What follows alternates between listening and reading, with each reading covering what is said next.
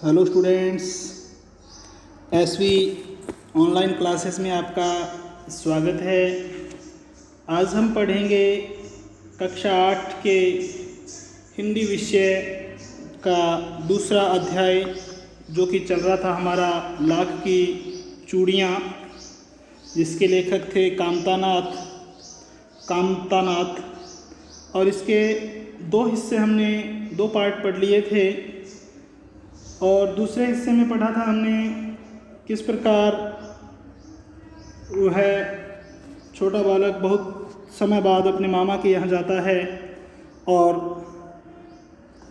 फिर उस चूड़ियों वाले से अर्थात बदलू से मिलता है और किस प्रकार उनके साथ बातचीत होती है। तो उस बातचीत का कुछ अंश तीसरे हिस्से में आज हम पढ़ेंगे। तो पढ़ते हैं। कुछ देर फिर शांति रही। मैंने इधर उधर दृष्टि दौड़ाई। दृष्टि मतलब नज़र, निगाह। न तो मुझे उसकी मचिया अर्थात चारपाई और मचिया ही नज़र आई और न ही भट्टी यानी कि जिसके माध्यम से वो चूड़ियाँ वगैरह बनाता था। आजकल काम नहीं करते काका, मैंने पूछा। यानी कि वो बदलू से पूछ रहा है कि काका आजकल काम नहीं करते। मैंने पूछा, नहीं लल्ला, काम तो कई साल से बंद है। मेरी बनाई हुई चूड़ियाँ कोई पूछे तब तो, यानी कि मेरी बनाई हुई चूड़ियाँ हैं, अब क्या है, बिकनी बंद हो गई, अर्थात उनको अब कोई नहीं पूछता है। इसलिए मैंने अपना काम क्या कर दिया, बंद कर दिया। गांव-गांव में कांच का प्रचार हो गया है। वह कुछ देर चुप रहा, फिर बोला, मशीनी युग है ना लल्ला, आजकल सब काम मशीन से होता है। खेत भी मशीन से जोते जाते हैं, अर्थात आजकल हर काम मशीनी हो गया है, हर काम मशीन से होता है। यहाँ तक कि खेती भी मशीनों से होने लगी है। और फिर जो सुंदरता कांच की चूड़ियों में होती है, लाख में वह कहाँ संभव है। यानी कि जो मशीनों के द्वारा कांच की चूड़ियों में सुंदरता प्रदान की जाती है, वो लाख की चूड़ियों में संभव नहीं है। लेकिन कांच बड़ा खतरनाक होता है, बड़ी जल्दी टूट जाता है। मैंने कहा, नाजुक तो फिर होता ही है लल्ला। कहते कहते उसे खांसी आ गई और वह देर तक खांसता रहा। मुझे लगा उसे दमा है। दमा एक सांस की बीमारी, जिसमें सांस चढ़ने लगता है, बड़ी कठिनाई से सांस आता है। अवस्था के साथ साथ, यानी उम्र के साथ साथ उसका शरीर ढल चुका था। उसके हाथों पर और माथे पर नसें, जो नब्ज़ वगैरह होती है, जिनमें के माध्यम से खून चलता है, वो उभर आई थी, थोड़ी बाहर की ओर दिखाई दे रही थी।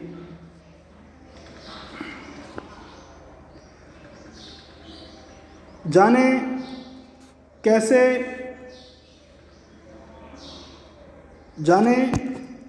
कैसे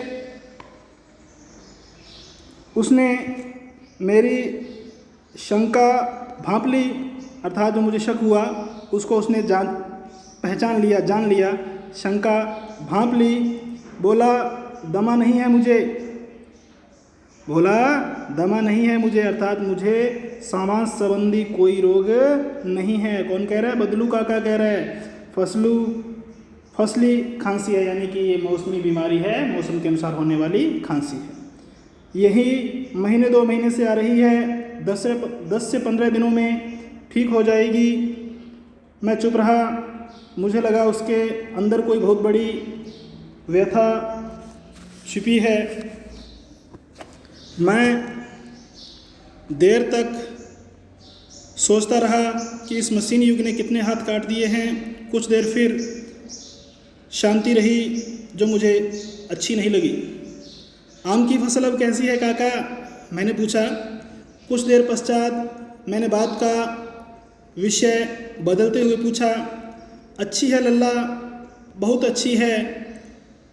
उसने लहक कर उत्तर दिया, थोड़ा प्रसन्न होते हुए, लहराते हुए से, यानी कि बड़ी खुश होते हुए।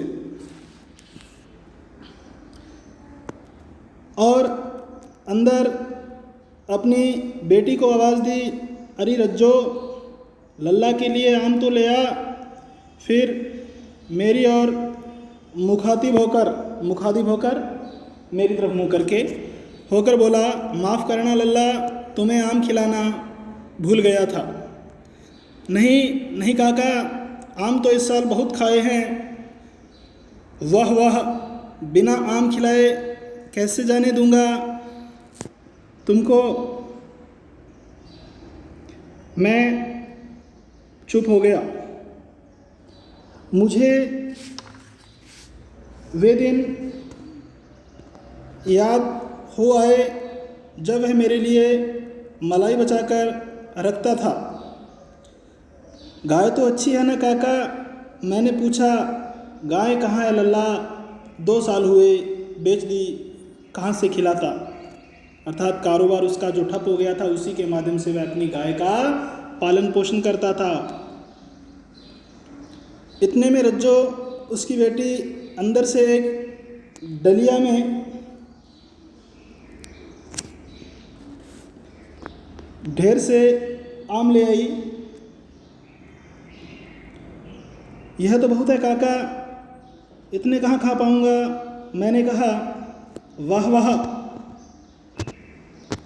वह हंस पड़ा। शहरी ठहरे ना, शहर के लोग हो ना, इसलिए ये बात कह रहे हो। मैं तुम्हारी उम्र का था तो इसके 4 गुने आम एक बखत का मतलब होता है समय, बखत का मतलब समय, एक ही समय में खा जाता था, और इससे भी 4 गुने। आप लोगों की बात और है, मैंने उत्तर दिया। अच्छा बेटी, लल्ला को 4-5 आम छांट कर दो, सिंदूरी वाले देना। सिंदूरी यानी कि सिंदूर के रंग के।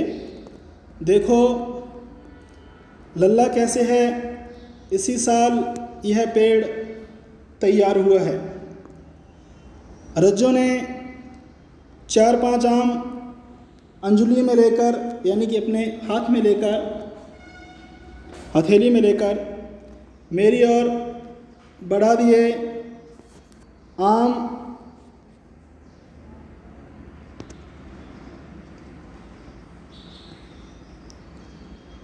रज्जो ने 4-5 आम अंजुली में लेकर मेरी ओर बढ़ा दिए।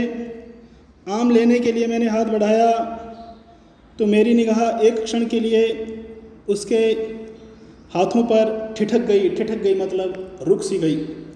गोरी गोरी कलाइयों पर लाख की चूड़ियाँ बहुत ही फब रही थी, अर्थात बहुत ही अच्छी लग रही थी।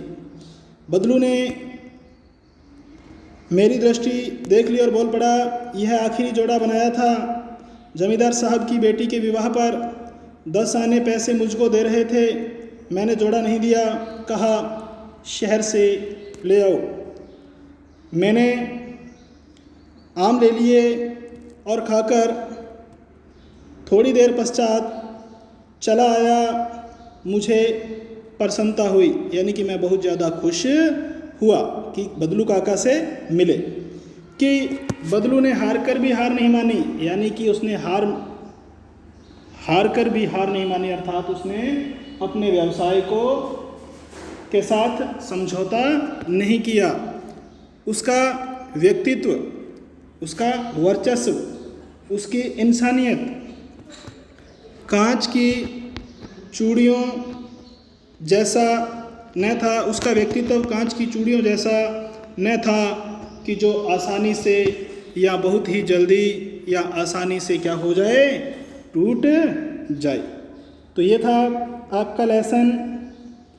तो इसके पश्चात आपको कुछ प्रश्न, जो अभ्यास प्रश्न हैं, वो ब्लैक बोर्ड के माध्यम से करवा दिए जाएंगे।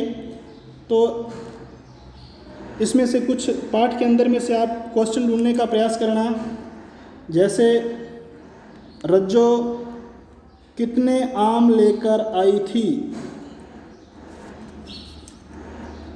और दूसरा लिखना है बदलू के शरीर की दशा कैसी हो गई थी या उसकी हालत कैसी हो गई थी। और तीसरा लिखना है बदलू ने अपनी खांसी का क्या कारण बताया। तो दोबारा रिपीट कर रहा हूँ प्रश्न, सुन लेना ध्यान से। रज्जो कितने आम लेकर आई। दूसरा लिखना है बदलू के शरीर की दशा कैसी हो चली थी। और तीसरा लिखना है बदलू ने अपनी खांसी का क्या कारण बताया। आज के लिए इतना ही, धन्यवाद।